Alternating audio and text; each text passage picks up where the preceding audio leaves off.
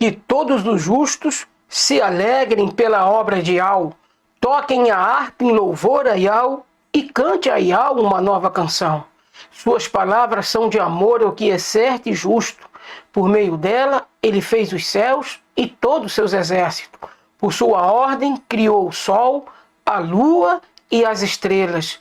Juntou os mares e as águas profundas em imensos reservatórios.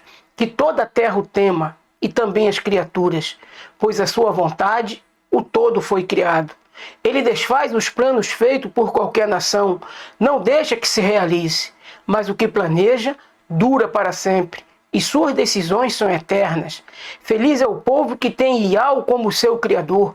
Ele vê todos os homens, e não há rei que se salve com o poder de seus exércitos.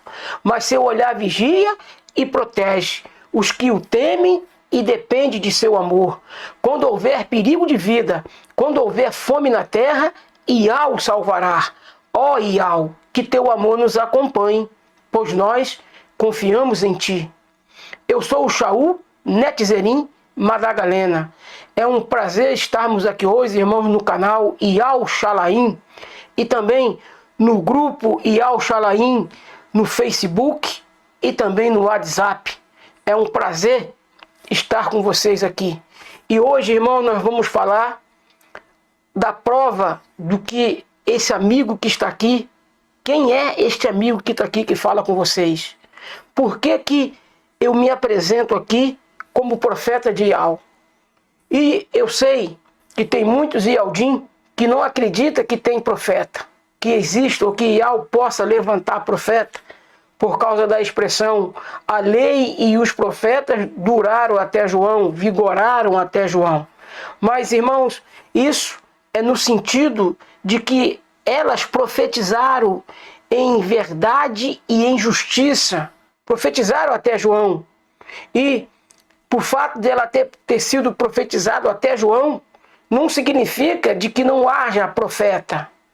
É evidente que há profeta, irmãos, porque se não houvesse profeta, o que fazer com Apocalipse 10, 10 e 11? Mais especificamente o verso 11, que diz que é necessário profetizar outra vez. Lá no livro de Apocalipse fala da necessidade de profetizar outra vez, que a igreja iria passar por decepções devido a conclusões errôneas que algumas pessoas iriam tirar. Quando fala de Apocalipse 10, 10 e 11, ali fala do livrinho doce na boca e amargo no estômago. Isso é uma profecia, irmãos, que vem se cumprindo nos nossos dias. Como vocês podem observar, o arrebatamento nos lábios do nosso irmão Romilson, ele foi doce, mas no estômago ele tornou-se amargo. E por que tornou-se amargo? Todos os dias do arrebatamento que o irmão Romilson colocou a data e não aconteceu, já estava profetizado nas Escrituras. E esse amigo que vos fala, eu falo que sou profeta, irmãos, porque eu tenho a prova de Yahweh. Eu não viria para cá me apresentar aqui como profeta se Yahweh não confirmasse. E eu pedi para que Yahweh confirmasse o fato de que eu sou profeta. E eu falei para ele: Yahweh, como que eu vou me apresentar diante dos meus irmãos dizendo que eu sou profeta se eu não levar uma prova para eles? E uma prova, irmãos, grande, tremenda, que Yahweh traz, mostrando que esse amigo que vos fala é profeta escolhido por ele. Ele me revelou o dia do nascimento de Yahusha e também o ano do seu nascimento, para que nós possamos entender toda essa estrutura, nós precisamos entender a cronologia profética, as pessoas envolvidas em toda a história do nosso Yahusha, do nosso Salvador, do nosso Messias, e a gente vai culminar com revelações tremendas.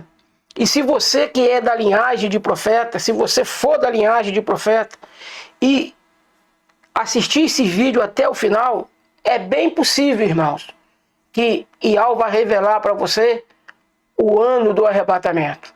Mas não vai ser revelado por mim aqui. O que eu só vou fazer é trazer as revelações, trazer as informações que Ial trouxe para mim e aonde eu cheguei à conclusão do ano do arrebatamento. Eu sei completamente, 100% de certeza do ano do arrebatamento, porque o dia, a hora e o mês já está escancarado aqui. O nosso irmão Romilson fez esse trabalho. Mas ele não podia fazer o trabalho de dar aqui o ano exato, porque o segredo de Ial é exatamente o ano do arrebatamento. O dia, a hora e o mês, o irmão Romilson está certinho. É 15 de Nissan. 15 de Nissan no calendário Ialdim e 1º de abril no nosso calendário. E mais para frente eu vou explicar por que é 1º de abril no nosso calendário. E o 1º de abril, irmãos, está também envolvido no dia do nascimento de Yahshua. Por que ele está envolvido no dia do nascimento de Yahshua? Satã batizou o 1º de abril com que nomenclatura? O dia da mentira. Foi Satã que trouxe esse batismo para o mês de abril, para o 1º de abril. O 1º de abril, irmão, na verdade, é o dia que Yahshua nasceu. E mais para frente, daqui um pouco, eu vou mostrar o calendário caraíta e vou mostrar a discrepância que existe no calendário de Ial, o calendário Ialdim, e o calendário gregoriano, o calendário paganizado. Porque o calendário gregoriano é um calendário paganizado. E 15 de Nissan, no calendário Ialdim, coincide no calendário paganizado, o calendário gregoriano, coincide em 1º de abril. Porque o calendário dos Ialdim, irmãos, em relação ao calendário paganizado, o calendário gregoriano, ele tem uma discrepância de 15 dias. O calendário, o 15 de Abib, em relação a abril e março, a primeira quinzena do calendário de Abib, o 15 de Abib, coincide com a primeira quinzena de abril e a última quinzena de março. Entendeu? Então, final de março, a última quinzena de março e a primeira quinzena de abril, no nosso calendário, o calendário gregoriano, está em uma discrepância, uma diferença muito grande. 15 de Abib, no calendário Ialdim, é o 1º dia do ano dos Ialdim. E só Ial para fazer essas coisas. Fazer um 1º dia do ano, bater no dia 15. Porque ele sabia que Satã iria paganizar, iria criar um calendário para causar bagunça, para que nós não pudéssemos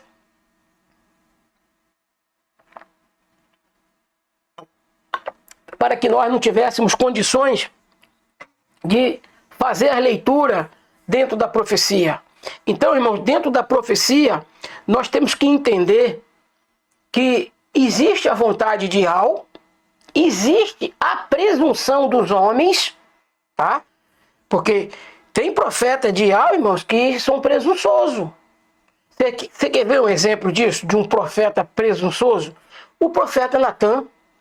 Quando Davi esboçou ou expressou o desejo de fazer o templo, o que Natã imediatamente falou para ele? Sim, Davi, você vai fazer o templo. Ial vai te conceder para você fazer o templo. Ele estava agindo presunçosamente, irmãos. Tanto é que quando ele ia saindo do palácio, Ial falou com ele: volta lá, avisa para Davi, meu servo, que ele não poderá fazer o templo, pois a sua mão está manchada com muito sangue. Então olha só, a particularidade do profeta Natã. Ele foi um profeta presunçoso, irmãos, isso existe, está dentro da nossa característica. E ao respeita a nossa natureza humana, o nosso ser humano, vamos falar assim, fragilizado por causa do pecado. Então Natã foi presunçoso. Como o nosso irmão Romilson, é evidente que ele soubesse das coisas que eu sei hoje, eles ele jamais iria colocar data, colocar o ano do arrebatamento da igreja. Isso foi vedado a ele. E é bem possível que ele agora já esteja até sabendo o ano correto, mas ele não vai falar. Porque se ele entendeu, ele não pode agora falar, porque o segredo de algo, irmãos, não é o dia, não é a hora do arrebatamento. O segredo de algo é o ano. Mas é muito justo que aqueles irmãos, aquelas irmãs que não fazem parte da linhagem profética, fiquem atentos, porque a noiva tem que saber pelo menos o dia do casamento, irmãos. Pelo menos o dia do casamento a noiva tem que saber. É evidente que na cultura comum, a noiva sabe o dia, a hora, o mês e o ano do casamento. Só que na profecia não é assim que funciona. A noiva, não vai ser toda a noiva inteira que vai saber dia, hora, mês e ano. Alguns profetas, lembra de Amós 3,7?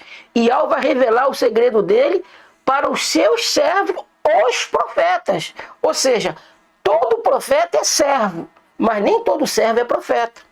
Mas o fato de saber o dia, a hora e o mês é mais do que suficiente para quem não faz parte da linhagem profética. Porque apenas quem faz parte da linhagem profética é que sabe o ano do arrebatamento. Mais ninguém. Eu acredito, eu creio, não estou falando que é, eu acredito que o nosso irmão Romilson já deve ter entendido isso. Porque nós não devemos, irmãos, dar toda a pérola para os porcos. Eu aqui, tu acha que esse vídeo não vai chegar para os porcos?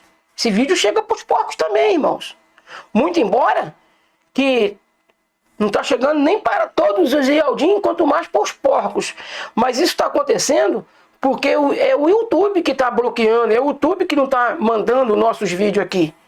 Por exemplo, eu mando vídeo, irmão, para um grupo, o grupo Pampa.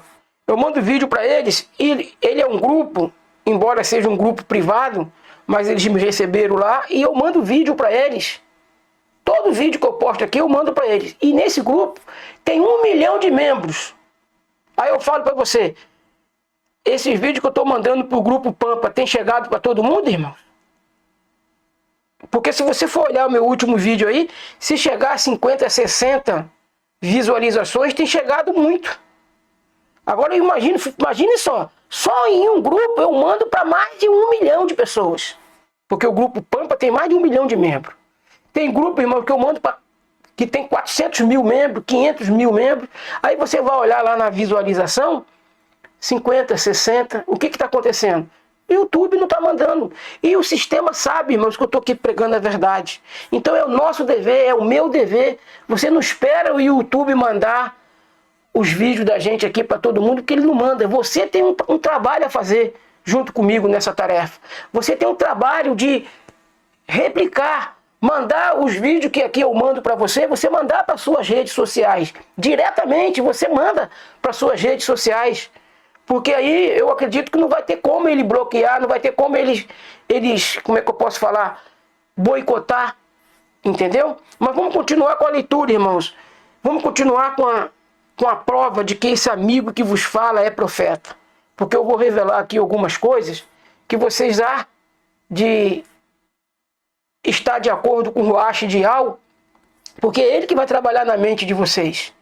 E para que nós possamos entender a respeito do nascimento de Alcha, o dia exato do nascimento de Alcha, nós temos que entender, irmãos, toda a estrutura profética que envolve o nascimento de Alcha.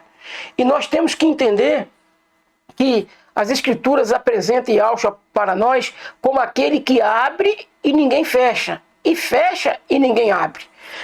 Eu quero ler aqui com vocês a biografia de Herodes. Quero ler a biografia de Herodes, mas eu não vou ler toda ela, porque senão o vídeo vai ficar muito longo, irmão. Vai ficar longo demais. Então aqui dentro da biografia de Herodes, vocês estão vendo que eu estou dentro da Wikipédia.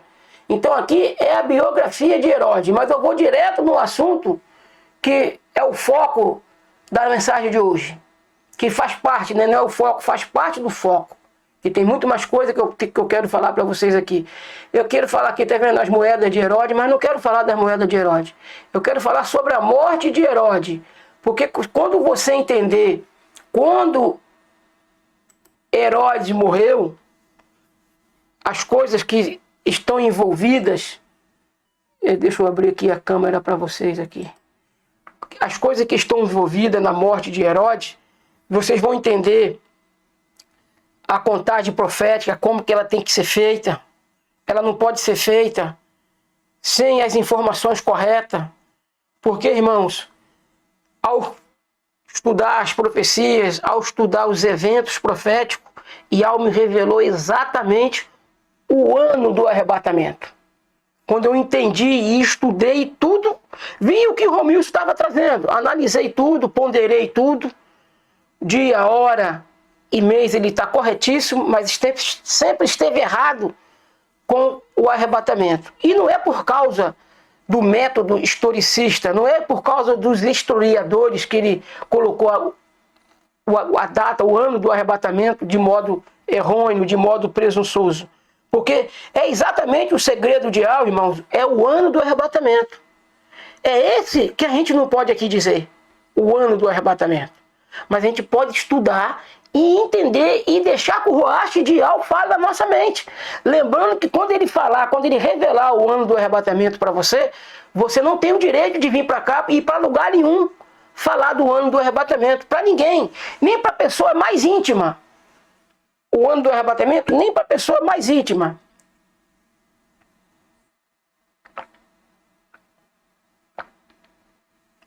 Você quer ver? A minha esposa, ela é a pessoa mais íntima que eu tenho. Ela é uma comigo. Mas Yahweh revelou o ano do arrebatamento para esse amigo que vos fala. Eu e a minha esposa, nós somos conectados como uma só carne. Mas nós não somos um só indivíduo. Ela tem as particularidades dela. Ela tem... como é que eu posso falar? Como é que eu posso falar, Yahweh? Me bota a palavra aqui nos lábios. Ela tem as individualidades dela. Ela é um indivíduo. Embora seja uma comigo, ela é a Silvia. Eu sou o Shaul. Então Yahweh revelou para mim. Se ele quiser revelar para ela, ele vai revelar para ela. Mas eu nem vejo ela com curiosidade para saber o ano do arrebatamento. Ela nunca nem sequer me perguntou. Porque ela é uma mulher sábia. É uma mulher de Yahweh, entende. E o fato de eu saber é mais do que suficiente. A única coisa que eu falo está mais perto do que a gente imagina. Entendeu? Então, irmãos, é dentro desse contexto. E para que a gente possa entender o panorama profético, a partir da contagem profética, a gente tem que entender tudo. Tudo que é preciso ser entendido. Lembrando que Alcha é o que abre e ninguém fecha, e fecha e ninguém abre. Vamos lá, vamos para o Wikipédia. Eu já estou abrindo aqui, irmãos, na parte que fala da morte de Herodes. É por isso que a gente tem que entender. A partir do trabalho de Emil Schwerer, em 1896, a maioria dos estudiosos concordam que Herodes morreu no final de março. Presta bem atenção aí, irmãos. Final de março ou início de abril. Olha só, tanto a última quinzena, que pega exatamente o mês de Abib pega a última quinzena de março e a primeira quinzena de abril. Então presta atenção. A maioria dos estudiosos concorda que Herodes morreu no final de março ou início de abril. Em 4 antes do Mashiach. O que é antes do Mashiach aí, irmãos? Antes da inauguração da nossa era. Porque Yahusha, ele nasceu para fechar a era dos 4.000 anos e para abrir a era dos 2.000 anos. Nós vamos entender isso. Yahusha nasceu exatamente em 4.993. Foi o ano que Yahusha nasceu. 4.993, porque ele tinha que vir fechar aquela era para abrir a nossa era. Porque ele é o que abre e ninguém fecha, e fecha e ninguém abre.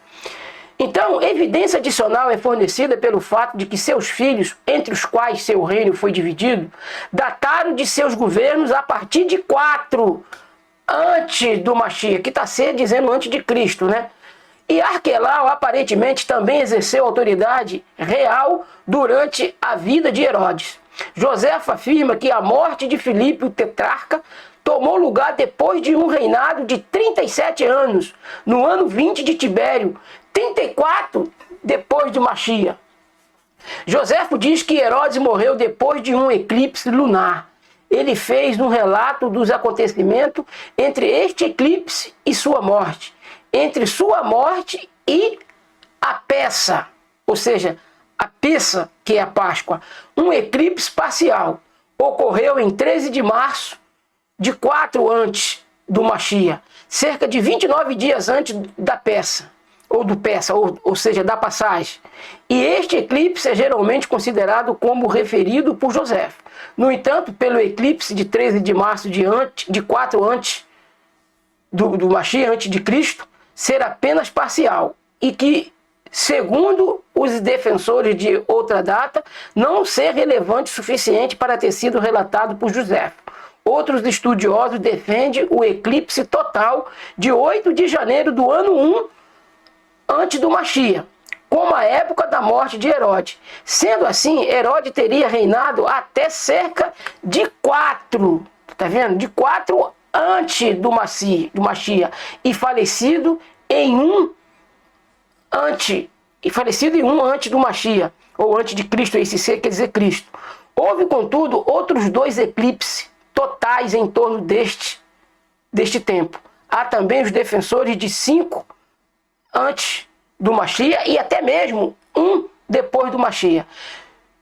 Joséfo deve estar se referindo ao eclipse solar anular de 8 de abril do ano 4 depois do Machia, observado entre todo o Império Romano, e ocorreu após a peça, 23 de março de 4 depois do Machia. Joséfo escreveu que a doença final de Herodes, às vezes chamada como mal de Herodes, era insuportável. A partir das suas descrições, alguns peritos médicos propõem que Herodes tinha doença renal crônica, complicada por gangrena de Fournier. Os estudiosos modernos concordam que ele sofreu durante toda a sua vida de depressão e paranoia. Sintomas similares esteve presente na morte de seu neto Agripa, em 44, sobre quem se relata que vermes eram visíveis e putrefação. Estes sintomas são compatíveis com uma sarna que pode ter contribuído para sua morte e sintomas psiquiátricos. Joséfo afirmou também que Herodes estava tão preocupado pela grande probabilidade de que ninguém lamentasse sua morte, que ele comandou um grande grupo de homens ilustres para vir para Jericó e deu a ordem dizendo que eles deveriam ser mortos no momento da sua morte, para que assim se mostrasse a dor que ele ansiava pela sua perda. Para a felicidade deles, o filho de Herodes, Arquelau, e sua irmã, Salomé, não realizaram esse desejo insano e doentio do pai. Após a morte de Herodes, seu reino foi dividido entre 3 de seus filhos por Augusto. Augusto nomeou Arquelau não para ser o rei de todo o país, mas para ser etnarca, ou metade do que estava sujeito a Herodes, e prometeu dar-lhe a dignidade real doravante se governasse a sua parte de forma justa. Mas quanto à outra metade, ele dividiu em 2 partes e as deu aos outros 2 dos filhos de Herodes, a Filipe e Herodes Antipa, o qual disputou com Arquelau pelo reino todo. Dessa forma, para ele era Pérea e Galileia, que deveria pagar seus tributos, que somavam anualmente 200 talentos, enquanto Batineia com Traconita, bem como Auranita, com uma certa parte do que foi chamado Casa de Nelodoro, passagem, o tributo de 100 talentos a Filipe. Entretanto, a Udumeia e Judéia e os países de Samaria pagavam tributo a Arquelau. Porém, tinham a partir dali uma quarta parte desse tributo, retirado por ordem de César, que decretou a eles aquela medicação, devido eles não terem se unido nesta revolta com o resto da multidão. Arquelau tornou-se etnarca da tetrarquia da Judéia. Herodes Antipa tornou-se tetrarca da Galiléia e Pérea, e Filipe tornou-se tetrarca dos territórios a leste do Jordão. Então aqui, irmãos, nós podemos aqui entender, aqui na Wikipédia, está nos mostrando que Herodes morreu no ano 4, antes de que completasse, chegasse na nossa era, no nosso tempo. Herodes morreu no ano 4. E se nós levarmos em conta que ele mandou matar as crianças de 2 anos para baixo, ou seja, ele mandou matar as crianças de 2 anos para baixo. Presta atenção.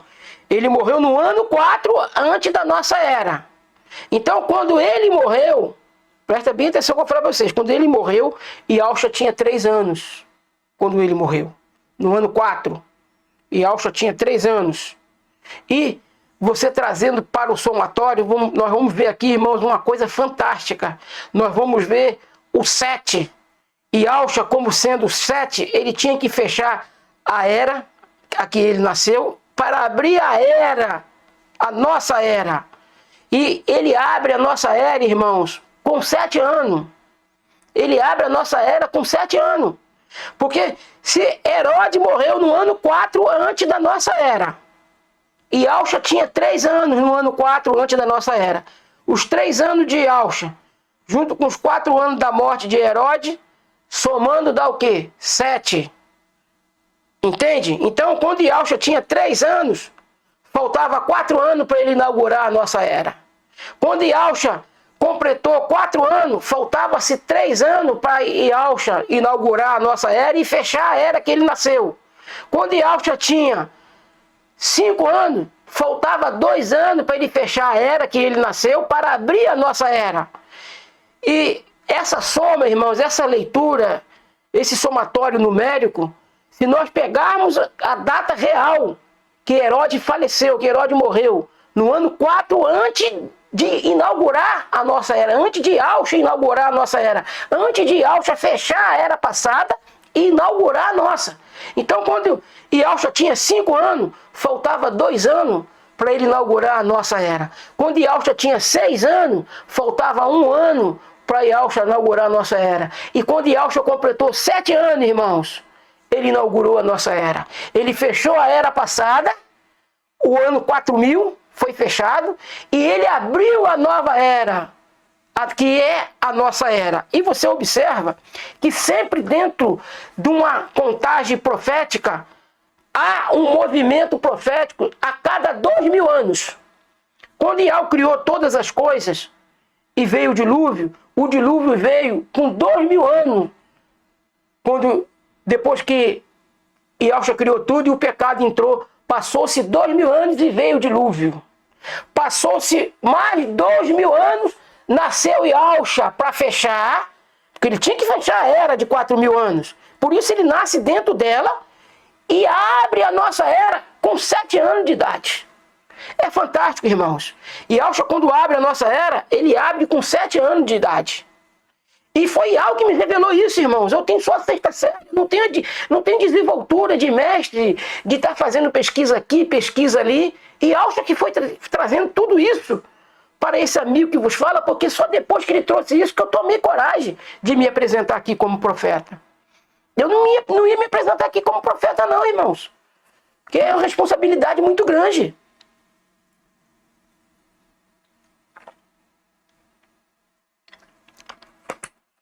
E antes mesmo,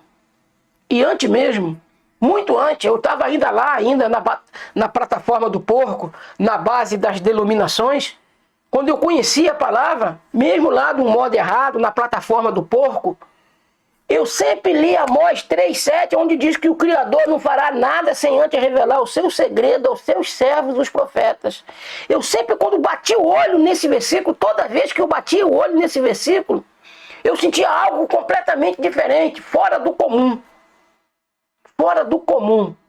E antes mesmo, irmãos, antes mesmo de eu conhecer a estrutura dos nomes sagrados, muito antes disso, eu sempre tive uma impressão de que eu iria ver o arrebatamento sem passar pela morte.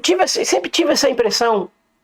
E dentro dessa conjuntura profética, irmãos, para que eu pudesse chegar aqui e me apresentar como profeta, Ial teve que provar para mim de que eu sou profeta. E ele falou de alguns segredos, dos quais eu posso falar aqui. Não posso falar o ano do arrebatamento, porque é um segredo dele para com os seus profetas, com aqueles que fazem parte da linhagem profética. Mas eu posso falar aqui, irmãos, categoricamente, que o ano do nascimento de Yahusha, o ano do nascimento de Yahusha, foi 15 de Nissan. 15 de Nissan. 15 de Nissan. Do ano 3.993 da era de 4.000 anos. 3.993. Porque ele, com 7 anos, ele fechou a era dos 4.000 e abriu a era dos 2.000 que nós estamos aqui agora. E por que ele disse que deu 2 moedas, que representa 2 dias de trabalho, a lua, que é representada por ele, porque o sol é representado por Ial. Uma é a glória da lua, outra é a glória do sol. Então Ial, na representatividade Ial, ele não é o sol. A gente não tem que estar adorando o sol de jeito nenhum, nós temos que adorar só Ial. Mas o sol representa Ial, a lua representa Yahusha. Assim como o sol representava Jacó, e a lua representava a mãe de José. José não viu 11 feixes se curvando ao dele, e depois ele viu 11 estrelas e o sol e a lua se curvando a ele? Jacó o repreendeu. Tu quer dizer que eu e tua mãe vamos curvar diante de você? Eu e tua mãe, Jacó entendeu que ele era representado pelo sol, e a mãe dele representada, a mulher dele representada pela lua.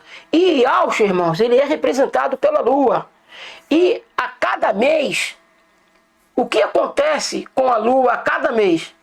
2 dias ela desaparece, ela sai de cena, ela fica 2 dias desaparecida.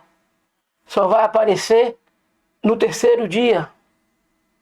Então, Yahusha, ele prometeu, irmãos, que quando ele voltasse, deu 2 moedas lá para o cidadão, para o hospedeiro, e se faltar alguma coisa, quando eu voltar eu te recompenso.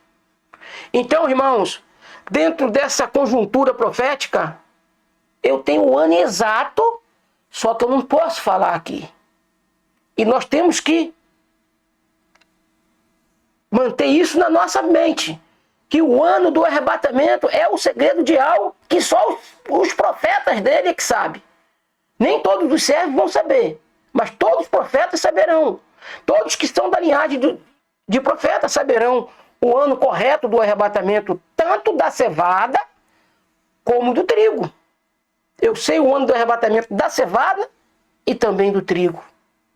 E nós temos que fazer toda essa contagem, irmãos, dentro do modelo historicista. Mas nós temos que buscar um modelo historicista que encaixe dentro da profecia. E quando Ial falar para você o ano do arrebatamento, não é para você vir aqui trazer. Porque se ele falou para você, se ele vai falar para você, é porque ele vai confiar em você. Você não vai quebrar a confiança dele. E aqui o fato do Romilson ter proferido várias vezes o arrebatamento não ter acontecido, aquilo já estava profetizado. Aquilo foi a sacudidura que Ial deu na igreja. Porque muitos irmãos andaram por aí falando mal do Romilson, chamando ele de Rominto, chamando ele de falso profeta, quando na verdade ele não é falso profeta coisa nenhuma.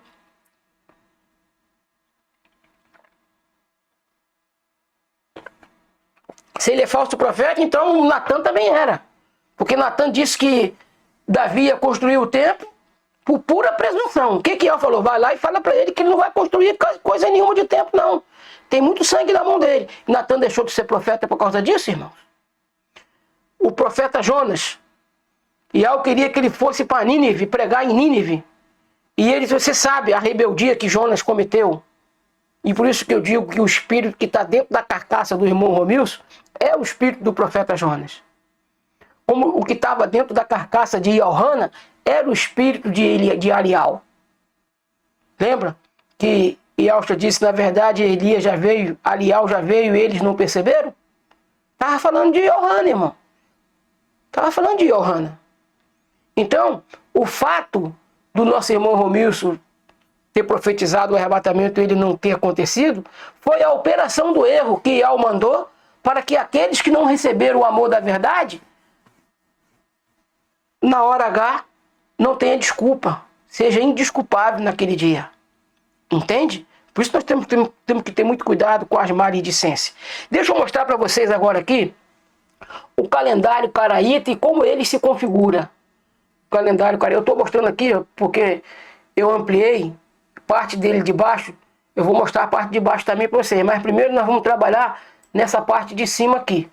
Olha aqui, irmãos, cevada, colheita, peça, a peça. Olha o mês de Abib, ou o mês de Aviv, que quer dizer abril, né? Aviv quer dizer abril. Olha aqui, irmãos, o mês de Abib, ele pega a última quinzena de março, e a primeira quinzena de abril. Por que 15 de Abib corresponde ao nosso calendário como 1º de abril? 15 de Abib corresponde no nosso calendário 1º de abril, irmãos. E isso nunca vai mudar, é assim mesmo. Agora, o calendário paganizado que Satã fez, na realidade, se ele pudesse, se ele tivesse permitido, ele não ia nem colocar o mês de abril. Ele ia inventar outro nome. Como ele tem para janeiro, ele tem Jano. É uma alusão a Jano. O Réveillon é uma festa para Jano, é uma festa paganizada. Como o 25 de dezembro é uma festa para o porco de Roma. Não é uma festa para Yaucha, o nosso Salvador. É uma festa para o porco de Roma. Não é uma festa para Yaucha. E vocês estão percebendo aqui, irmãos, que dentro do calendário caraíta, nós não temos apenas 12 meses. Está vendo aqui o 12º mês? Ele é também conhecido como mês de Adar. Mas o 13º mês é o mês de Adar II. Por quê? Por que o calendário caraíta ele tem 13 meses? Por que o calendário caraíta ele tem 13 meses? O calendário caraíta, irmãos, ele tem 13 meses. Porque dentro do calendário caraíta, dentro do calendário Ialdim, os meses, eles são de 30 dias. Não tem mês de 28, nem mês de 29, nem mês de 31, não. Todos os meses no calendário de Ial são 30 dias. Observando que o calendário de Ial, ele é um calendário lunar. Ele não é um calendário solar. Porque Ial sabia que Satã iria fazer do sol uma espécie de ídolo. Ial sabia disso. Que eles iriam fazer do sol, que Ial sabia que Satã iria fazer do sol uma espécie de ídolo. E hoje você vê que tem muitas civilizações que adoram o sol. Os maias adoravam o sol, os astecas adoravam o sol. Então, o calendário de Ial, ele é lunar. Por que ele é lunar? Porque Yaucha é representado pela lua, e Ial é representado pelo sol. Então o ancião de dias é Yaucha. Por que Yaucha é o ancião de dias? Porque Ial, irmãos, ele não tem princípio e nem fim. Sempre existiu todo o tempo e espaço da história. E ele encarregou para Yaucha ser o ancião de dias, porque tudo foi feito por ele e para ele. Entendeu? Tudo foi feito por quem? Por ele quem? Por Ial, para Yaucha. E Yaucha, ele é o ancião de dias, ele é representado pela lua, porque ele, quando ascendeu ao céu, nós já estamos aí para completar 2000 anos da ausência dele. E no calendário lunar, esses 2 dias que a lua não aparece, o que foi feito com esses 2 dias? Para que esses 2 dias não ficassem perdidos no calendário caraíta, no calendário caraíta, não é aqui não, aqui é o Wikipédia.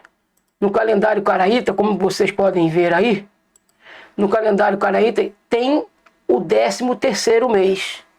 E o 13º mês, irmãos, esse 13º mês que a gente está vendo aqui no calendário Ialdim, esse 13º mês, ele representa Iauxa.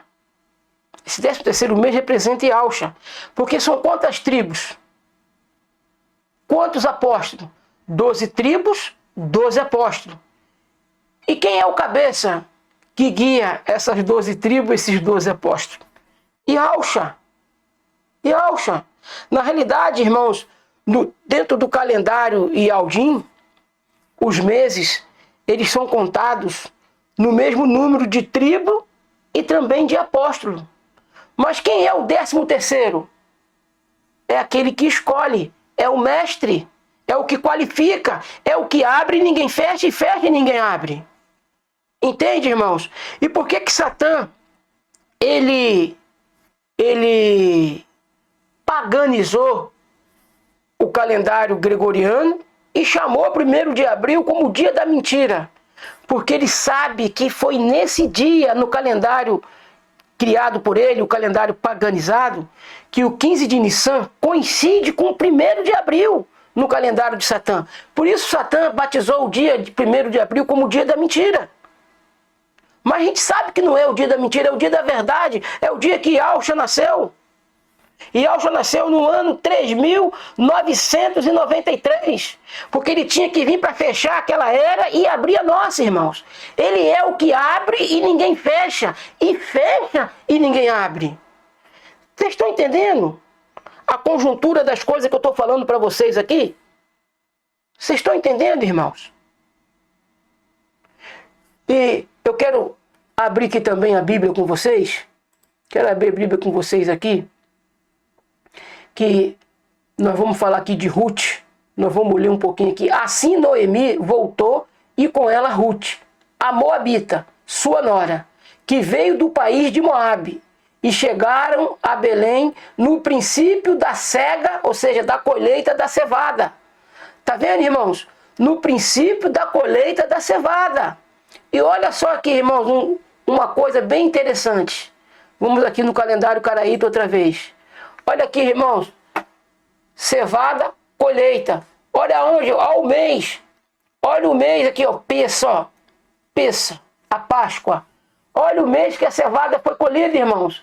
No mês da Pessa, no mês da Páscoa. Ou seja, na primavera. Na primavera. E Iauxa, irmãos, não nasceu de jeito nenhum, não nasceu no inverno. Até porque a Escritura narra para nós que os pastores estavam no campo. E 25 de dezembro, irmãos, lá em Israel, é neve pura. Como é que algum pastor poderia estar no campo cuidando de ovelha no tempo da neve? Tá vendo? Como é que Iauxa não nasceu em 25 de dezembro? 25 de dezembro, irmãos, é a data do porco de Roma. Se você quer adorar o porco de Roma, é com vocês. Eu não tenho nada com isso, não. E vocês sabem quem é o porco de Roma? O porco de Roma, irmãos, é Ieso no latim. Se você procurar o significado de sus do latim para o português, você vai ver que é porco. Sus é porco. E ao chá no hebraico, irmãos, aqui ó, chá no hebraico, o significado é salvação. O significado é salvação.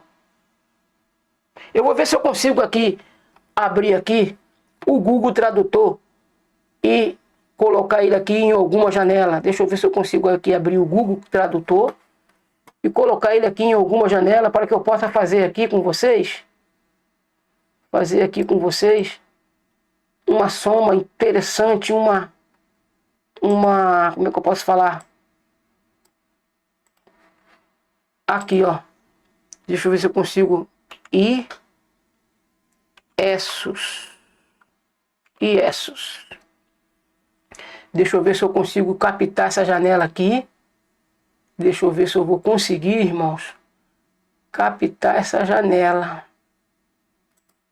Deixa eu ver se eu consigo buscar uma fonte aqui. Ver se eu consigo buscar uma fonte aqui. Google Tradutor. Ah, consegui. Consegui buscar a fonte aqui do Google Tradutor.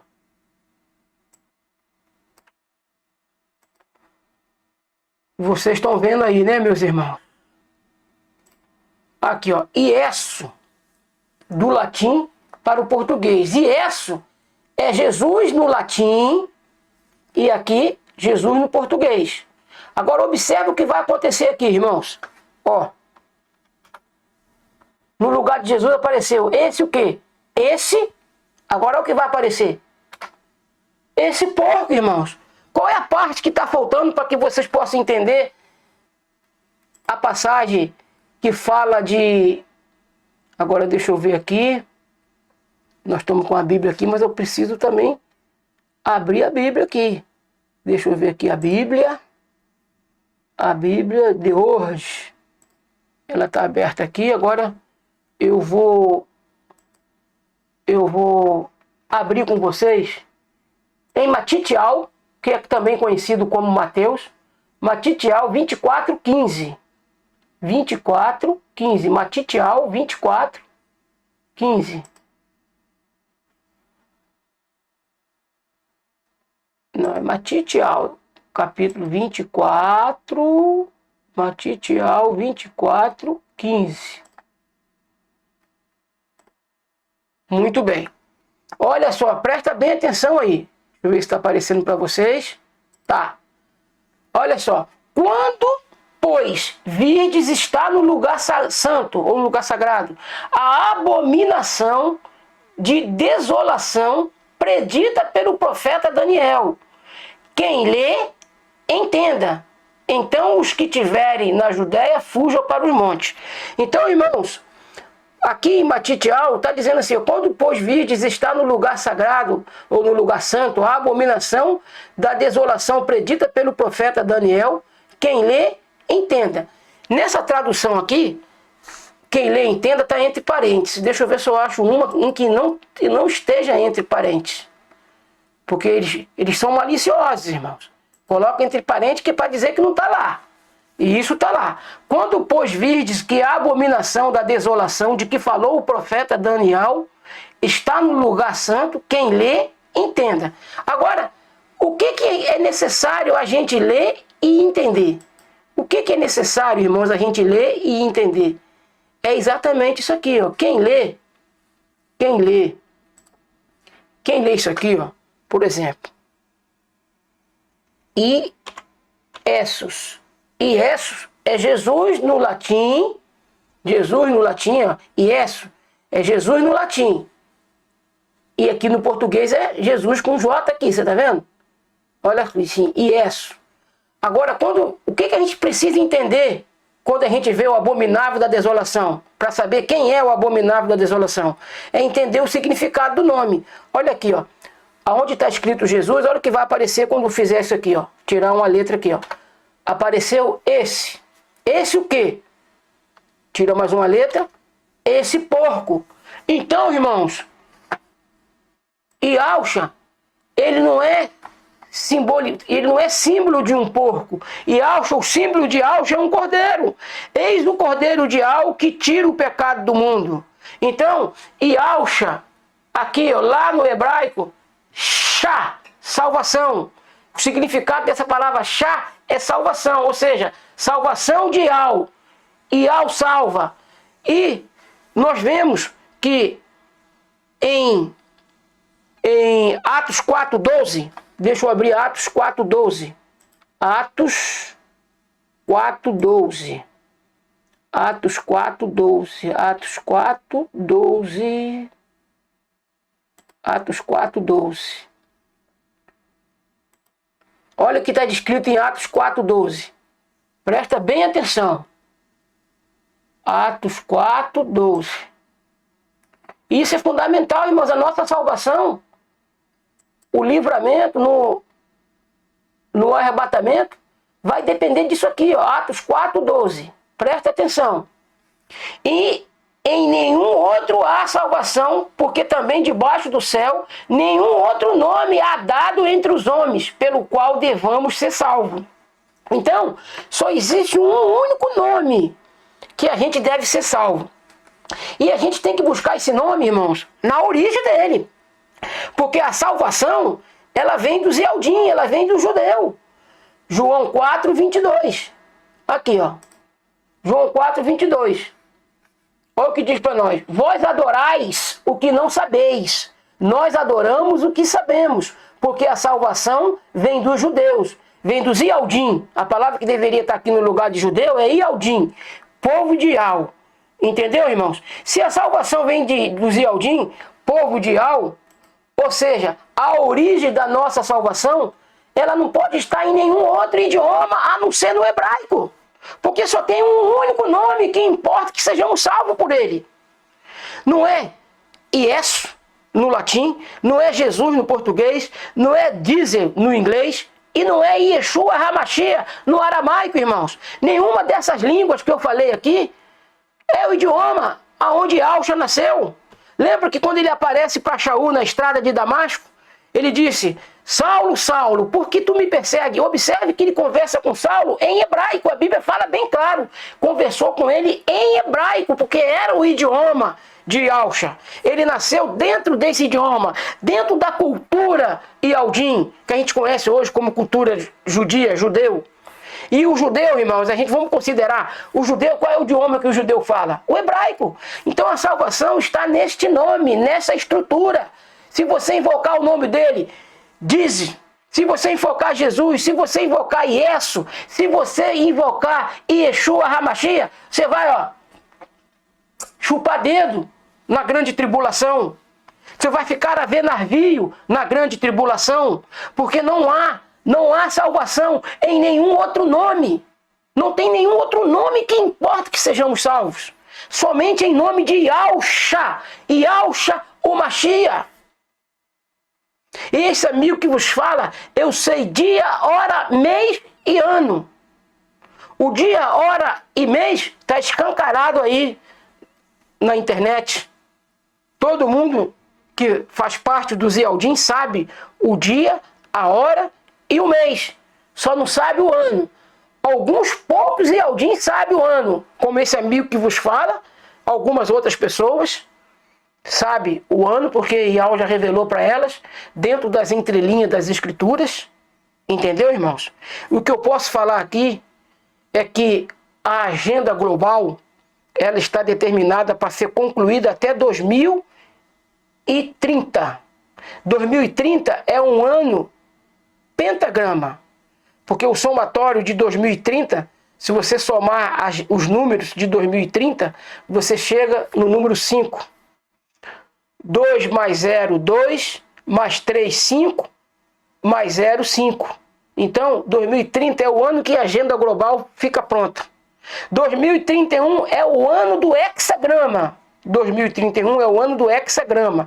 Porque no somatório, se você fazer o somatório, 2031. 2031, como se escreve 2031? 20 e mais 31. Então dá 2031. Aí você vai para o somatório. 2 mais 0, 2. Mais 3, 5. Mais 1, 6. É o ano do hexagrama. Porque é o ano que a perseguição vai se dar o início. É o ano que a perseguição vai se dar o início. E as 2.300 tardes e manhã, ela se completará, pelo menos para a igreja de Filadélfia, ela vai acontecer no ano 2031. Por isso ninguém pode ser arrebatado antes dessa data. Ninguém pode ser arrebatado antes dessa data, irmãos. 2031. Não há arrebatamento antes dessa data. E eu aqui também não estou nem dizendo para você que vai haver arrebatamento dentro dessa data. Eu estou aqui colocando para você as coisas dentro das entrelinhas, numa configuração profética, que eu possa falar para você, que faz parte da linhagem profética, o ano do arrebatamento. Lembra-se disso.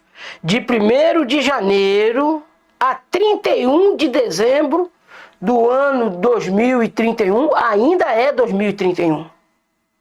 O ano do hexagrama. É o ano do hexagrama. Depois vem 2032. 2032 é o ano perfeito. Vai para o somatório, você vai ver que vai fechar em 7. Vai para o somatório que você vai ver que vai fechar em 7. Lembra que a grande tribulação, ela começa, a tribulação, a agenda global até 2030, ela tem que estar pronta. 2031 é o ano do hexagrama, é o ano do próprio Satanás, da obra dele aqui na Terra, da obra do engano, a obra-prima do engano. A obra-prima do engano aqui na Terra, no ano hexagrama. Agora, no ano perfeito, 2032, é um ano perfeito, irmãos. Puxa para o somatório que você vai encontrar lá os 7. Você está entendendo como é que é a conjuntura das coisas? Como que as coisas funcionam? A grande tribulação, irmãos, ela irá começar na metade dos 7 anos de tribulação. É na metade da semana que começa então a grande tribulação. Fique vivo, fique esperto, fique atento. Ial, se você é profeta da linhagem profética de Ial, dos verdadeiros profetas, você vai saber. Ial vai falar para você. Mas não é para você vir para cá falar. Porque eu sei, irmãos, dia, hora, mês e ano do arrebatamento. Com segurança tremenda. Eu não preciso mentir. Eu não preciso, irmãos, trazer a atenção, ser presunçoso e trazer a atenção para o nosso ministério aqui. O meu ministério aqui não é meu. É o ministério que Alcha colocou para que eu possa desempenhar. Para que eu possa desempenhar como um bom obreiro que não tem do que se envergonhar. Infelizmente, Natan, ele passou uma certa vergonha com relação a Davi, quando ele teve que voltar e falar para Davi, olha, Davi, eu fui equivocado. Eu estou traduzindo para uma linguagem de agora, irmãos. Eu fui equivocado, fui presunçoso, falei que você que iria construir o templo, mas Ial disse que não é você, mas que é o teu filho que vai construir. Como deve ter sido difícil para Natan chegar e se retratar. Mas ele se retratou, ele foi lá e falou o que Ial queria. Jonas, por mais duro, por mais desobediente que foi, ele foi lá e pregou para o povo de Nínive. Contra a vontade dele, mas foi lá e pregou. Por mais esquisito que Jonas ele é um profeta muito esquisito, com seus defeitos. E você acha que eu sou perfeito, que eu sou melhor do que qualquer outro profeta? Eu também tenho as minhas contingências, irmãos. Tenho os meus peculiares, os meus particulares, entre eu e o Eterno, entre eu e Ial, que só ele sabe. Mas nem por causa disso, ele me tira da categoria que sou, da categoria de profeta. E só é profeta, só é escolhido como profeta aquele que acredita na profecia, aquele que acredita que Ial pode usá-lo. Você que não acredita que existe mais profeta, nunca Ial vai revelar nada para você. Nunca, porque você sequer acredita que existe profeta. Como que Ial vai revelar alguma coisa para você? Ial só revela para aqueles que acreditam na profecia, para aqueles que buscam, para aqueles que têm ele como o todo-poderoso Ial, e tem ele como aquele que merece toda a honra e toda a glória, que os holofotes da nossa adoração, da nossa devoção tem que estar voltado para ele e não para nós mesmos. E aqui, meus irmãos, eu não coloco-me acima de ninguém. Eu não fico buscando louro para mim mesmo. Porém, entretanto, eu sei que... Aí acabou a água, bebi muita água. Eu sei que dentro do contexto profético, eu sei o meu lugar e também sei que nós somos irmãos. Não me coloco aqui melhor do que nenhum de vocês, porque eu não sou melhor do que ninguém. E o que eu coloco aqui, irmãos, é a nossa responsabilidade para com a palavra de Yahweh. Como eu disse, vocês têm visto. Bom, até a hora de eu fazer esse vídeo era 109 inscritos. Comparado com a quantidade de pessoas que tem no mundo, o que são 109 inscritos? Que fazem parte hoje da embarcação que Yahweh tem nessa terra. E aqui, esse amigo que vos fala, é como Noé na arca. É como Moisés na travessia da libertação do povo, da escravidão, do pecado. E Yahweh sempre tem o ser humano junto com ele para que ele possa conduzir o seu povo. E esse amigo que vos fala, irmãos, é um amigo que tem responsabilidade com a palavra. Você vê, eu não tenho nada contra com alguém que monetiza o canal, é justo até, não está pegando dinheiro de irmão nenhum, é até justo, mas eu não tenho essa pretensão, que eu quero que você assista nossos vídeos aqui, sem comercial. E o que Yahweh me dá dentro das minhas profissões é mais do que suficiente para mim viver aqui e esperar o dia do arrebatamento, onde a partir de então nós teremos coisas melhores, usufruiremos de coisas maiores. Então todo conforto, toda pompa que esse mundo pode me oferecer é lixo perto do que Yahweh me oferece. Por isso eu não pretendo monetizar esse canal. Mas eu conto com vocês para que o canal cresça, para que a mensagem chegue a cada vez mais a pessoas. Por isso eu preciso que vocês compartilhem nossos vídeos aqui nas redes sociais de vocês. Porque vocês podem analisar, irmãos. Se você for lá analisar os meus vídeos aí, não tem vídeo. Eu acho que não tem vídeo que chegou a 300 visualizações. Até agora eu não vi nenhum. E olha, como eu disse, eu faço parte de grupo que tem 1 milhão de membros. E eu sempre posto vídeo para esse grupo. Eu pergunto para você, será que essas postagens têm chegado até eles? Será que elas têm chegado? Então é isso aí, irmãos. Que Yahweh nos abençoe, que Yahweh faça resplandecer sobre nós a luz do seu rosto e que faça com que nós possamos ser grandemente abençoados por Ele e grandemente protegidos por Ele. Em nome de Yahushua, o Mashiach. Assim seja.